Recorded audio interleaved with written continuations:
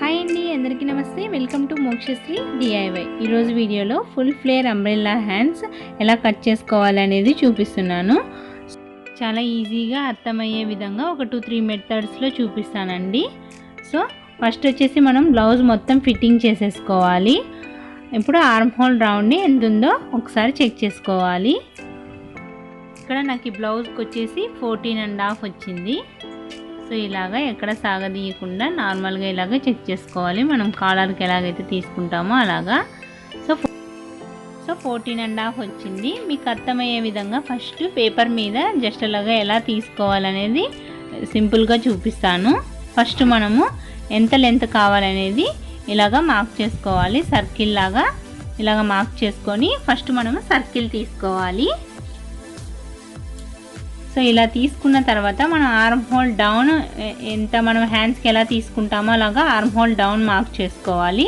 ఇలాగ స్ట్రైట్గా మార్క్ చేసుకొని ఇక్కడ ఆర్మ్ హోల్ డౌన్ మార్క్ చేసుకోవాలి. సో ఇలా మార్క్ చేసుకున్న తర్వాత ఇక్కడ వరకు మనము హాఫ్ సర్కిల్ ఇలాగ ఫోల్డ్ చేసుకోవాలి. సో ఇలా ఫోల్డ్ చేసి మళ్ళీ దాన్ని ఇంకొక ఫోల్డింగ్ వేసుకోవాలి. 4 ఫోల్డింగ్స్ ఇలా వేసుకొని ఇప్పుడు మనం ఆర్మ్ హోల్ రౌండ్ ఎంతైతే తీసుకున్నామో దాన్ని ఇలాగ మార్క్ చేసుకొని కట్ చేసుకోవాలి. సో పైన మనకి ఎక్కువ లెంత్ వచ్చేసి మనకి పైన అప్ షోల్డర్ దగ్గర వస్తుంది. ఇది వచ్చేసి డౌన్ చంకలో వస్తుంది అన్నమాట. సో ఇప్పుడు క్లాత్ మీద చూపిస్తాను. క్లాత్ వచ్చేసి 2 లేయర్స్ తీసుకోవాలి. సో ఇలాగా లెంత్ వచ్చేసి 9 ఇంచెస్ తీసుకున్నాను. దాని డబల్ 18 ఇంచెస్ తీసుకోవాలి. 9 ఇంచెస్ ఇంకొక 9 ఇంచెస్ డబల్ ఫోల్డ్ చేస్తాం కదా, 18 ఇంచెస్కి ఇలాగా ఫోల్డ్ చేసుకోవాలి. దాన్ని మళ్ళీ ఇటు సైడ్ కూడా 18 ఇంచెస్ 4 ఫోల్డింగ్స్ వేస్తున్నాం కదా. సో ఇటు సైడ్ కూడా 18 ఇంచెస్ ఇలాగా ఫోల్డ్ చేసుకోవాలి. సో క్లాత్ ఎక్కడ ముడతలు లేకుండా ఇలాగ జాగ్రత్తగా ఫోల్డ్ చేసుకొని ఇప్పుడు మనకి ఆర్మ్ హోల్ 14.5 వచ్చింది కదా, దాన్ని బై 4 చేసుకోవాలి. ఇదొక మెథడ్ అండి. సో ఇలాగా బై 4 చేసుకొని ఎంతైతే వచ్చిందో దాన్ని ఇలాగా మనం ఇలాగ సర్కిల్ లాగా పెట్టుకొని మార్క్ చేసుకోవాలి. సో ఇదొక మెథడ్. ఇంకొక మెథడ్ కూడా చెప్తాను. సో అది ఈజీ మెథడ్ అండి. ఫస్ట్ సెకండ్ వచ్చేసి మనము బై 6 చేసుకోవాలి. ఆర్మ్ హోల్ రౌండ్ ఎంతైతే వచ్చిందో దాన్ని బై 6 చేసుకోవాలి. దాంట్లో నుంచి మనం -1/2 చేసుకోవాలి. మీకు స్క్రీన్ మీద కూడా ఇస్తానండి. 14.5 బై 6 చేసుకొని దాన్ని -1/2 ఇంచ్ ఎంతైతే వస్తుందో దాన్ని కార్నర్ నుంచి తీసుకోవాలి. దీన్ని ఇంకొకటి ఈజీ మెథడ్ వచ్చేసి మనం ఆర్మ్ హోల్ రౌండ్ని ఇలాగ 4 ఫోల్డింగ్స్ వేసుకొని క్లాత్ని డైరెక్ట్గా ఇలాగ మార్క్ చేసుకోవాలి. సో మీకు ఏది ఈజీ అనిపిస్తే అది మార్క్ చేసుకోవచ్చు. సో ఇక్కడ కార్నర్ నుంచి నాకు 1.9 వచ్చింది. 6.5 లెంత్ పెడుతున్నాను. ఖర్చులకి 30 ఇంచు, టోటల్ 9 ఇంచెస్ అన్నమాట. దాన్ని ఇప్పుడు మనము ఈ కార్నర్ నుంచి సర్కిల్ లాగా మార్క్ చేసుకోవాలి. సో మీకు ఈ లెక్కలన్నీ కన్ఫ్యూజింగ్గా ఉంటే నేను చెప్పినట్టు ఇలాగా 4తో డివైడెడ్ చేసుకొని ఈజీగా మార్కింగ్ వేసుకోవచ్చు.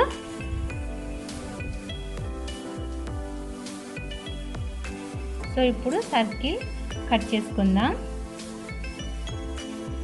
మనకి ఇలాగా ప్రతి ఒక్కటి కటింగ్ చేసుకునేటప్పుడు కరెక్ట్గా చేసుకుంటే స్టిచ్చింగ్ అప్పుడు ప్రాబ్లం ఉండదండి. సో అందుకే చాలా జాగ్రత్తగా వినండి చెప్పేది.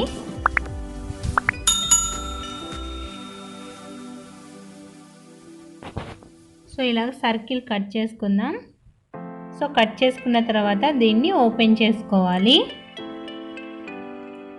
సో ఇలాగ సెంటర్కి మార్క్ చేసుకోవాలి, సెంటర్ అని తెలియడానికి. సో ఇలా మార్క్ చేసుకున్న తర్వాత ఆర్మ్ హోల్ డౌన్ 3 ఇంచెస్ అన్నాం కదా, దాన్ని ఇలాగ ఆర్మ్ హోల్ డౌనింగ్కి ఇలాగ మార్క్ చేసుకొని అక్కడికి ఇలాగ మిగతాది ఇలాగ సర్కిల్గా ఫోల్డ్ చేసుకోవాలి. దాన్ని మరి ఇంకొక లేయర్ ఇలా ఫోల్డ్ చేసుకోవాలి. 4 ఫోల్డింగ్స్ వేసుకోవాలి. సో ఇప్పుడు మనం ఇందాక చెప్పాను కదా, ఆ మెథడ్ని ఫాలో అవుతూ మనము ఇలాగ సర్కిల్ మార్క్ చేసుకోవాలి. సో నాకు వచ్చేసి 14.5 ఉంది ఆర్మ్ హోల్, బై 6 చేశాను. దాంట్లో -1/2 ఇంచెస్ చేసుకోవాలి. సో -1/2 ఇంచ్ చేస్తే 0.2కి పాయింట్ తక్కువ వస్తుంది, 1.9 వస్తుంది అనమాట. అది కార్నర్ నుంచి ఇలాగా క్రాస్గా రౌండ్గా మార్క్ చేసుకొని కట్ చేసుకున్నాను. సో మనకి చూడండి పర్ఫెక్ట్గా వస్తుంది ఇలాగైతే. సో ఇప్పుడు ఓపెన్ చేసుకొని ఇప్పుడు మనము సెంటర్కి మార్క్ చేసుకుందాం. ఇప్పుడు షోల్డర్ దగ్గర జాయిన్ చేసుకోవాలి కదా, సో సెంటర్కి మార్క్ చేసుకొని ఒక ఖర్చు పెట్టుకోవాలి. సో ఇలా టక్స్ పెట్టుకున్నామంటే మనకి షోల్డర్ దగ్గర జాయిన్ చేసుకోవడానికి కరెక్ట్గా ఉంటుంది. సో ఇప్పుడు దీన్ని చుట్టూ పీకో చేసేసుకోవాలి. సో నేను లేట్ అవుతుందని మీకు చూపించేస్తున్నాను. సో లెంత్ ఎక్కువ ఉన్నది వచ్చేసి షోల్డర్ దగ్గర జాయిన్ చేసుకోవాలి, పైన తక్కువ ఉన్నది వచ్చేసి కింద జాయింట్ దగ్గర జాయిన్ చేసుకోవాలి. లెంత్ ఎక్కువ ఉన్నది చూడండి జాగ్రత్తగా, లెంత్ ఎక్కువ ఉన్నది షోల్డర్ దగ్గర జాయిన్ చేసుకోవాలి. ఇది వచ్చేసి మనకి కింద వచ్చేస్తుంది. ఎక్కడ సాగదీయకండి, ఆల్రెడీ ఇది క్రాస్ పీస్ కాబట్టి మనకి సాగుతుంది. ఎక్కడ స్ట్రెచ్ చేయకుండా నార్మల్గా స్టిచ్ చేసేసుకోవాలి. సో ఇలా కంప్లీట్ అయిపోయింది. సో 2 హ్యాండ్స్ ఇలాగ స్టిచ్ చేసేసుకోవాలి. సో కంప్లీట్ అయిపోయింది. బ్యాక్ బటన్ పెట్టాను.